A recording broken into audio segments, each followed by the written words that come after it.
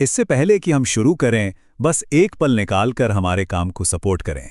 इसे लाइक करें, किसी ऐसे इंसान के साथ शेयर करें जिसे आज थोड़ी शांति की ज़रूरत है, और ऐसी ही गहरी, आध्यात्मिक और सच्ची बातों के लिए सब्सक्राइब करें। चलिए शुरू करते हैं। उन्होंने कोई भाषण नहीं दिए, कोई ग्रंथ नहीं लिखे, न ही कोई फिलॉसफी समझाई। फिर भी दुनिया के सबसे तेज, सबसे शक्तिशाली दिमाग उनके सामने आकर झुक गए।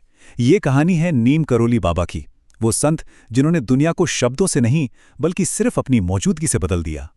जरा सोचिए, एक तरफ है सिलिकॉन वैली, इनोवेशन का सेंटर, जहां कोड ही सब कुछ है और डेटा ही भगवान, और दूसरी तरफ हिमालय की वो शांत वादियां जहां हजारों साल पुराना ज्ञान और गहरा मौन बसता है। भला इन दो बिल्कुल अलग दुनियाओं को क्या चीज जोड़ सकती है? जवाब छिपा है एक ऐसे संत की कहानी में जिन्होंने टेक्नोलॉजी बनाने वाले सबसे बड़े दिग्गजों के दिलों पर राज किया।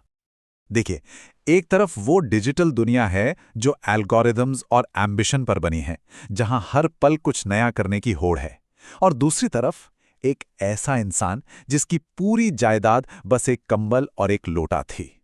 ये जो जमीन आसमान का फर्क है ना, यही वो चाबी है जिससे नीम करोली बाबा के उस असाधारण जादू को समझा जा सकता है। और ये कोई मामूली सलाह नहीं थी। ये शब्द स्टीव जॉब्स के थे, उस इंसान के जिसने हमारी दुनिया देखने का नजरिया बदल दिया। और वो मार्क ज़करबर्ग को, जो एक ग्लोबल सोशल नेटवर्क बना रहे थे, उन्हें कह रहे थे कि जाओ भारत के पहाड़ों में एक खामोश संत से रास्ता पूछो। सोचिए, ये एक लाइन ही ये बताने के लिए काफ़ी है कि सिलिकॉन वैली की चमक दमक के नीचे एक कितनी गहरी आध्यात्मिक धारा बह रही थी। तो आखिर कौन थी ये रहस्यमयी हस्ती? उनकी ताकत को समझने के लिए हमें पहले एक अजीब सी, उल्टी बात को समझना होगा। वो एक ऐसे इंसान थे जिन्होंने कभी कुछ नहीं सिखाया, और फिर भी उनकी सीख ने दुनिया बदल दी। उन्होंने हर उस चीज को ठुकरा दिया जिसे दुनिया कीमती मानती है, लेकिन फिर भी वो दुनिया के सबसे कामयाब लोगों के लिए रोशनी बन गए। उनकी ताकत इसमें नहीं थी कि वो क्या करते थे, बल्कि इसमें थी कि वो क्या थे। उन्हें उपदेश देने की जरूरत ही नहीं पड़ी, क्योंकि उनकी मौजूदगी ही अपने आप में एक पूरा उपदेश थी। उन्हें चमत्कार दिखाने की जरूरत नहीं थी, क्योंकि उनका पूरा जीवन ही एक चमत्कार था। उनका असर कुछ ऐसा था जो दिमाग से नहीं, सीधा रूह से बात करता था। सोचिए, एक छोटे से गांव में पैदा हुए, एक सामान्य जिंदगी जी सकते थे, लेकिन उन्होंने वो सब छोड़कर भारत की धूल भरी सड़कों पर एक गुमनाम घुमंतू बनना चुना। वो कोई साम्राज्य नहीं बना रहे थे, वो तो बस कदम दर कदम अपने मैं को मिटा रहे थे। वो बिना सल्तनत के बादशाह थे, बिना आश्रम के गुरु और बिना शिष्यों के स्वामी। तो फिर क्या था उनका राज? कोई मुश्किल फिलॉसफी नहीं, कोई गुप्त साधना नहीं, बल्कि कुछ बहुत ही गहरा और सरल, सिर्फ और सिर्फ मौजूद रहने की ताकत। उनकी मौजूदगी में होने का मतलब था कि कोई आपको सिर्फ आंखों से नहीं, बल्कि दिल की गहराई से देख रहा है। ये एहसास कि कोई ये नहीं देख रहा कि आपने क्या किया है, बल्कि ये देख रहा है कि आप असल में कौन हैं। और उनकी ये मौजूदगी इतनी शक्तिशाली थी कि कभी-कभी तो कुदरत के नियम भी मुड़ जाते थे। उनके इर्द गिर्द जो कहानियां हैं, वो सिर्फ किस्से नहीं हैं, वो उस ताकत का सबूत हैं जिसे हमारा तर्क और लॉजिक समझ नहीं सकता।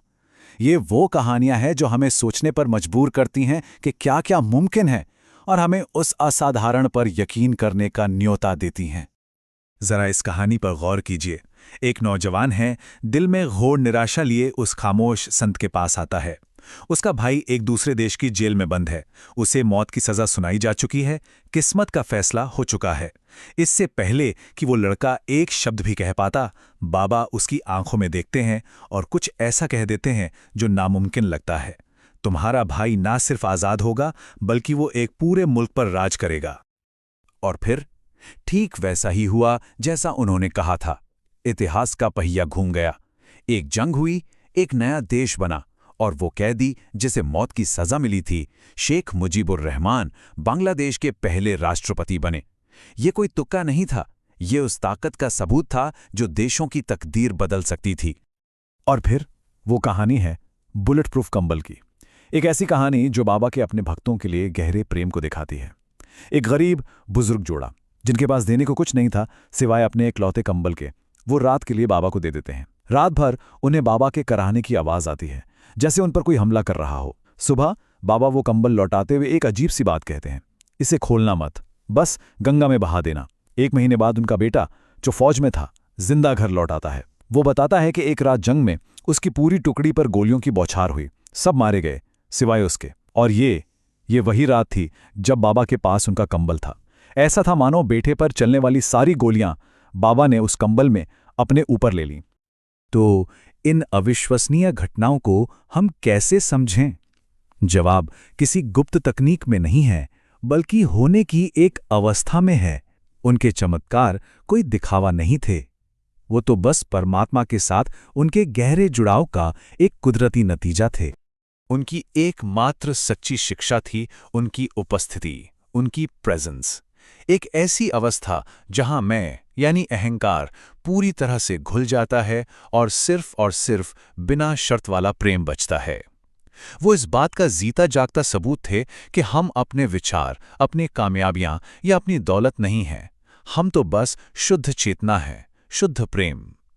उनका बार बार ये कहना कि मैं कुछ नहीं हूं, सब हनुमान जी हैं, ये सिर्फ विनम्रता नहीं थी, ये परम सत्य का ऐलान था।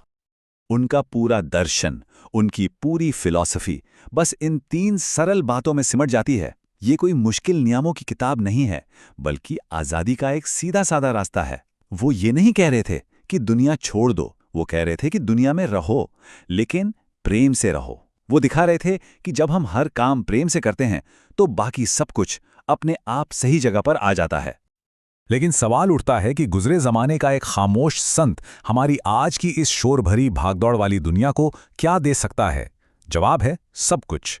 डिस्ट्रैक्शन और अकेलेपन के इस दौर में उनका मौन और मौजूदगी का संदेश पहले से कहीं ज्यादा जरूरी हो गया है। हम एक ऐसी दुनिया में जी रहे हैं जो शोर में डूब रही है। एक ऐसी दुनिया जो हर वक्त कुछ करने, कुछ पाने, कुछ बनने के जुनून में है। हम बस होना भूल गए हैं। बाबा का जीवन हमें बस प्यार से याद दिलाता है कि जिस शांति को हम बाहर ढूंढ रहे हैं वो हासिल करने की चीज नहीं है, वो तो याद करने की चीज है। वो अगली कामयाबी या अगली चीज में नहीं है, वो यहीं है, अभी है, हमारे अपने दिलों की खामोशी में। शांति बाहर नहीं, भीतर है। तो एक सवाल है जो सोचने के लिए है। एक ऐसी दुनिया में जो हमसे लगातार हमारी कीमत का सबूत मांगती है, वहां सिर्फ होने की क्या ताकत है? अगर इस बातचीत ने आपके मन को जरा भी शांति दी है तो इसे लाइक करें, इसे किसी ऐसे के साथ जरूर शेयर करें जिसे शायद इसकी जरूरत हो। और अगर आप खोज के इस सफर पर हमारे साथ बने रहना चाहते हैं तो ऐसी बातों के लिए सब्सक्राइब करें जो शोर से परे गहराई में जाती हैं। ये उन लोगों के लिए टॉप 1% कंटेंट है जो शोर से ज्यादा गहराई को महत्व देते हैं। राम राम।